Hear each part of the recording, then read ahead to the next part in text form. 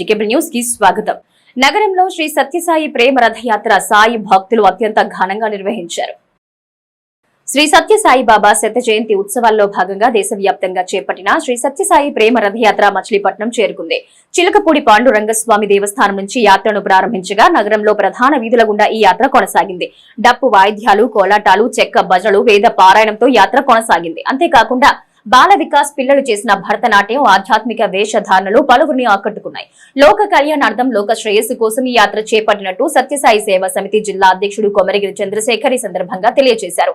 సత్యసాయి సమితి ద్వారా ఆధ్యాత్మిక సేవా కార్యక్రమాలు నిరంతరం చేపట్టడం జరుగుతుందని, ఇటువంటి యాత్రల ద్వారా మన సంస్కృతిని ప్రజలందరికీ తెలియచెప్పడం జరుగుతుందన్నారు. ఈ యాత్రలో కొమరగిరి శ్యామ్, పోతుకూచి ఆంజనేయులు, ప్రసాద్, సాయితో పాటు భక్తులు పెద్ద సంఖ్యలో పాల్గొన్నారు.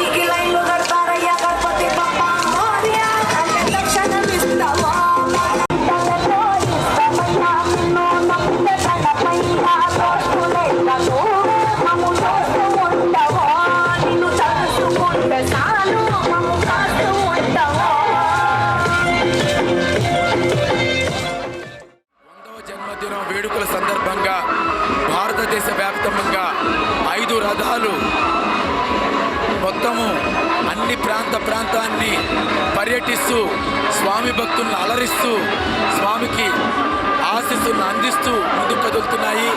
దక్షిణ భారతదేశంలో పర్యటించేటువంటి రథము నిన్న రాత్రి గుడివాడలో మన దగ్గరికి వచ్చింది. ఇప్పుడు 18, 19, 20, 21 తేదీల్లో ఈ రథము 370 కిలోమీటర్లు కృష్ణా జిల్లాలో పర్యటించబోతుంది. కాబట్టి తప్పనిసరిగా ప్రతి భక్తుడు ఈ యొక్క రథయాత్రలో పాల్గొని స్వామి యొక్క అనుగ్రహ ఆశీస్సులు పొందవలసిందిగా కోరుతున్నాము. ప్రేమ, సేవ అనేటువంటి లవ్ ఆల్ సర్వాల్ అనేటువంటి స్వామి యొక్క గొప్ప సూక్తిని మంగినపూడి వద్ద సముద్రంలో స్నానం చేస్తూ ఉండగా అలల ఉధృతికి నిన్న కొట్టుకుపోయిన వ్యక్తి నేడు శవమై తేలాడు. మంగినపూడి వద్ద సముద్రంలో స్నానం చేస్తూ ఉండగా అలల ఉధృతికి నిన్న కొట్టుకుపోయిన వ్యక్తి నేడు శవమై తేలాడు. మంగళవారం సాయంత్రం తన కుటుంబ సభ్యులతో బీచ్ కు వచ్చిన గుడ్లవల్లేరుకు చెందిన షేక్ జిలానీ సముద్రంలో స్నానం చేస్తూ ఉండగా అలల ఉధృతికి గల్లంతయ్యాడు. జిలానీ కోసం పోలీసులు గాలింపు చర్యలు చేపట్టగా బుధవారం ఉదయం అతడి మృతదేహం లభ్యమైంది. మృతదేహాన్ని పోస్టుమార్టం నిమిత్తం ప్రభుత్వ ఆసుపత్రికి తరలించారు. మృతునికి భార్య, 2 పిల్లలున్నారు. పోలీసులు కేసు నమోదు చేసి దర్యాప్తు చేస్తున్నారు. రాజా యార్లగడ్డ అంకినేడు ప్రసాద్ మృతి తీరని లోటని మాజీ రాజ్యసభ సభ్యులు యలమంచిలి శివాజీ అన్నారు. రాజా యార్లగడ్డ అంకినేడు ప్రసాద్ మృతి తీరని లోటని మాజీ రాజ్యసభ సభ్యులు యలమంచిలి శివాజీ అన్నారు. ఇటీవల మరణించిన రాజా యార్లగడ్డ అంకినేడు ప్రసాద్ కుమారులను మాజీ రాజ్యసభ సభ్యులు యలమంచిలి శివాజీ పరామర్శించారు. రాజకీయాల్లో నైతిక విలువలకు కట్టుబడ్డ మహనీయుడు యార్లగడ్డ అంకినేడు ప్రసాద్ అని ఈ సందర్భంగా ఆయన అన్నారు. అంకినేడు ప్రసాద్ చిత్రపటానికి పూలమాలు వేసి ఘనంగా నివాళులర్పించారు.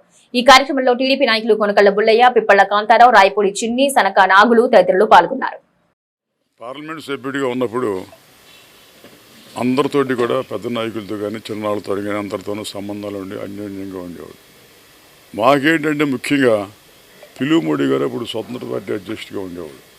పిలువు మోడీ గారి దగ్గర మేము ఎప్పుడు వెళ్ళినా సరే మన అంకినేడు ప్రసాద్ గారు ఆయన దగ్గర కూర్చుంటూ ఉండేవాడు, మాట్లాడుతూ ఉండేది. అంకి అంటుండేది పిలువు మోడీ ఆయన్ని.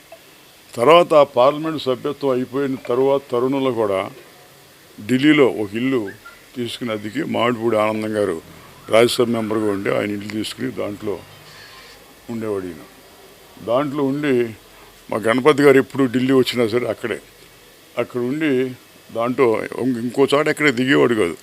అక్కడుండి నాన్ వెజిటేరియన్ అంతా తయారు చేసి మమ్మల్ని అందరినీ భోజనాన్ని పిలిచి మేము వెళ్ళటానికి వీలు లేకపోతే ఆయన మళ్ళీ ఆ భోజనాలన్నీ మాకు పట్టుకొచ్చి ఇంకో మనిషిని పెట్టి ఆ భోజనాలన్నీ ఏర్పాటు చేస్తూ ఉన్నాం.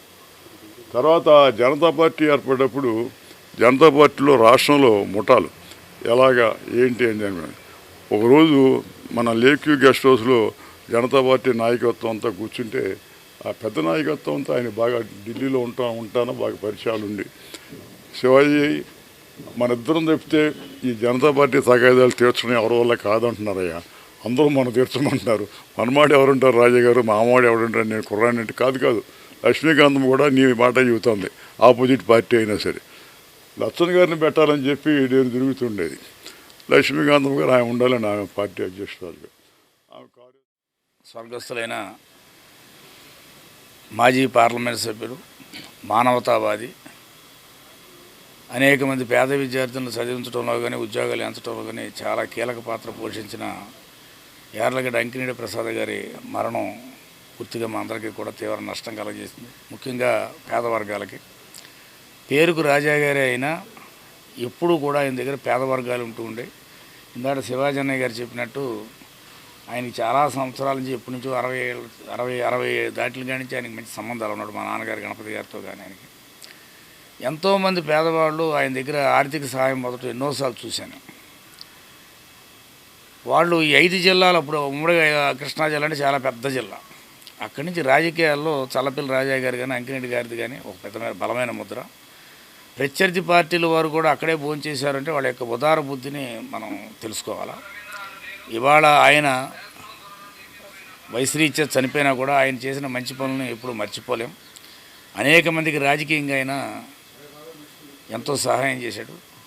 రోసీ గారు 1967లో ఎమ్మెల్సీ అవ్వటానికి ఆ రోజుల్లో నాకు రాజా గారి అబ్బాయి కూడా సహాయం చేశాడని ఓపెన్గా కూడా విజయవాడ మీటింగ్లో కూడా చెప్పింది.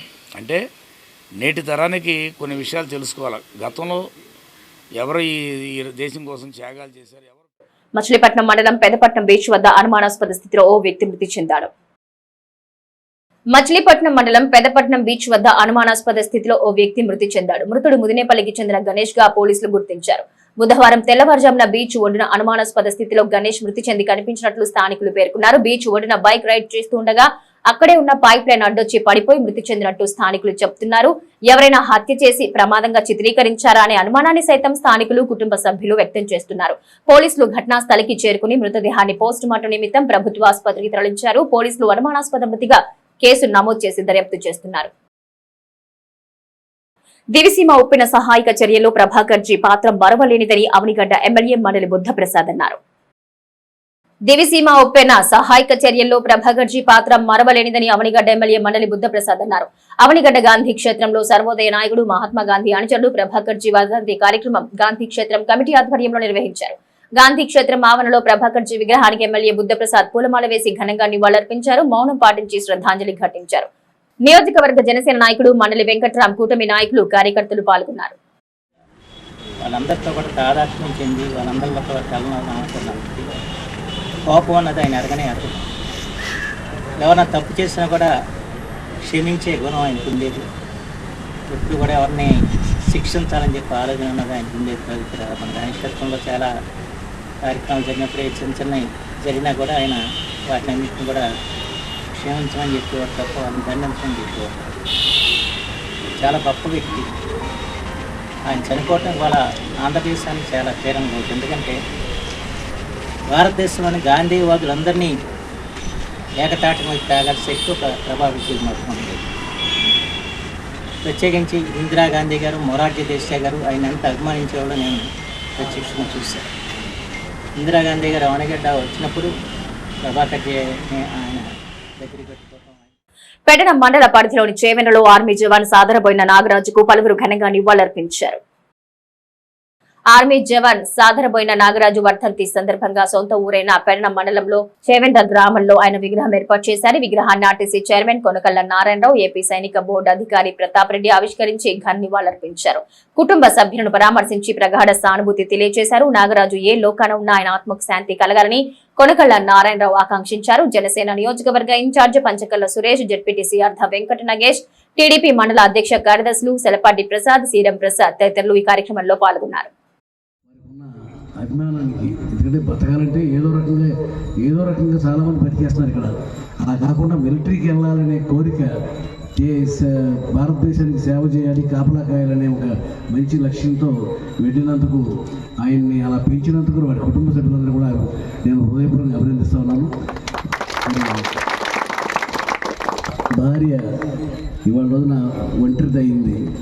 జీవితంలో ఎప్పుడోకప్పుడు ఎవరొకరు ఒంటరి కాక తప్పదు.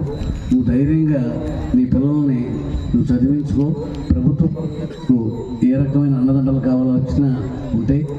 మరి మీరు ధైర్యంగా మీరు ఆయన సరిపోకముందే మీరు ఇక్కడ ఉద్యోగం గ్రామంలో మీరు వాలంటీర్గా ఉద్యోగం చేస్తున్నారు. మరి పిల్లల్ని చక్కగా చదివించుకుని మహిళా పోలీసు చాలా మరి ఆయన పోరాట యోధుడు. ఆయన భార్యగా నువ్వు కూడా వీరనారిగా మరి జీవితాన్ని గడపాలి. మరి ఈ గ్రామస్తులందరూ కూడా, ఈ అధికారులందరూ కూడా మన వీర మరణం పొందిన వారికి మనము అంటాము, భగవద్గీత ఇది చెప్తున్నప్పుడు కృష్ణ భగవానుడు యుద్ధంలో చనిపోయిన వాళ్ళు స్వర్గానికి వెళ్తారని, అది ఎంత కరెక్టో కాదో తెలియదు. కానీ మనం ఈ సమాజంలో వీరమరణం పొందిన తర్వాత ఎవరైతే వారి సతీమణులు ఉంటారో, కుటుంబీకులు ఉంటారో, వాళ్ళ గాథలు చాలా కష్టంగా ఉంటాయి. మనం వాళ్ళకు వచ్చే కొద్ది డబ్బులను చూసుకుంటాము. కానీ వారి సతీమణులు వారు ఎవరైతే ఉంటారో, ఈ సమయం నుండి పిల్లలను వాళ్ళే చూసుకోవడం, కొన్ని చోట్ల పూర్తిగా ఇరువైపులా తల్లిదండ్రులను కూడా వాళ్లే చూసుకోవడం, అండ్ సమాజం చాలా కఠినంగా ఉంటుంది. ఒక్కోసారి వాళ్ళకు వచ్చే డబ్బునే చూస్తారు, కానీ అలా రాబందులో కూడా చూస్తారు. అందుకని మనం మన ఊర్లో వీళ్ళను కాపాడడం, అది డ్వాక్రా మహిళలు మత్స్య పారిశ్రామికవేత్తలుగా ఎదిగే అవకాశం సద్వినియోగం చేసుకోవాలని అవనిగడ్డ ఎమ్మెల్యే మండలి బుద్ధప్రసాద్ పిలుపునిచ్చారు. ఘంటసాల మండలం చిట్టూర్పు శివారు చాట్రగడ్డ వాణి ఎస్సీ కాలనీలో డ్వాక్రా మహిళ కొడాలి వెంకటలక్ష్మి నూతనంగా ఏర్పాటు చేసిన కొరమేను చేపల ఉత్పత్తి ప్లాంట్ ను అవనిగడ్డ ఎమ్మెల్యే మండలి బుద్ధప్రసాద్ ప్రారంభించారు. Ramky foundation CSR manager Chatragadda Mahendra Babu విజ్ఞప్తి మేరకు ఫౌండేషన్ ప్రెసిడెంట్ ఎంవి రామిరెడ్డి తమ సంస్థ సిఆర్ఆర్ నిధులు 4,41,000తో ఉదయ్ ఆక్వా కనెక్ట్ సంస్థ సాంకేతిక సహకారంతో ఈ ప్లాంట్ ఏర్పాటు చేశారు. నిరుపేద ఎస్సీ డ్వాక్రా మహిళలను మత్స్య పారిశ్రామికవేత్తలుగా ప్రోత్సహించేందుకు రామ్కీ ఫౌండేషన్ ఆధ్వర్యంలో దీన్ని ఏర్పాటు చేశారు.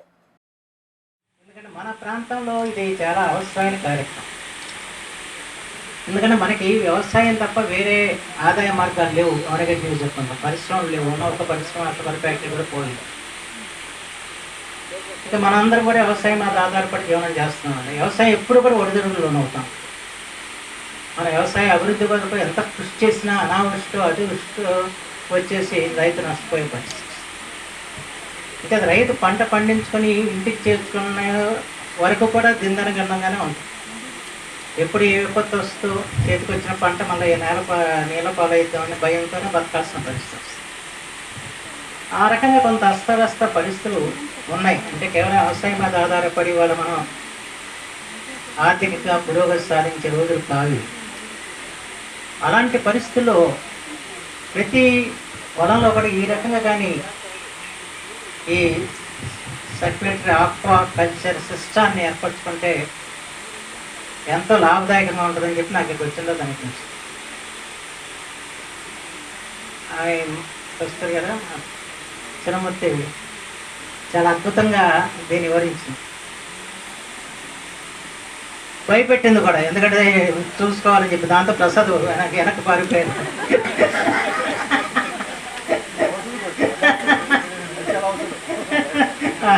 అవి చాలా గొప్పగా దాంట్లో తాదాత్మ్యం చెందింది ఆ కార్యక్రమంలో.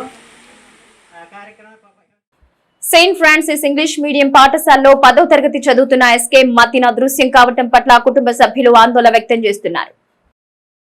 సెయింట్ ఫ్రాన్సిస్ ఇంగ్లీష్ మీడియం పాఠశాల 10వ తరగతి చదువుతున్న ఎస్కే మతిన్ అదృశ్యమయ్యాడు. మంగళవారం యథావిధిగా పాఠశాలకు వెళ్లి ఇంటికి తిరిగి వచ్చి ట్యూషన్ కు బయలుదేరి వెళ్లిన విద్యార్థి అదృశ్యం పట్ల తల్లిదండ్రులు ఆందోళన వ్యక్తం చేస్తున్నారు. ఈ మేరకు చిలకలపూడి పోలీసులకు వారు ఫిర్యాదు చేశారు. శివానుగ్రహం ప్రతి ఒక్కరిపై ఉండాలని ఆర్టీసీ చైర్మన్ కొనకళ్ళ నారాయణరావు ఆకాంక్షించారు. శివానుగ్రహం ప్రతి ఒక్కరిపై ఉండాలని ఆర్టీసీ చైర్మన్ కొనకళ్ళ నారాయణరావు ఆకాంక్షించారు. పెడన మండల పరిధిలో చేవెండ్ర గ్రామంలో గల శివాలయం దర్శించుకుని నారాయణరావు ప్రత్యేక పూజలు చేశారు. జెడ్పీటీసీ ఆర్జ వెంకట నగేష్, టీడీపీ మండల అధ్యక్ష కార్యదర్శులు చెలపాటి ప్రసాద్, సీరం ప్రసాద్ తదితరులు ఆయనతో ఉన్నారు.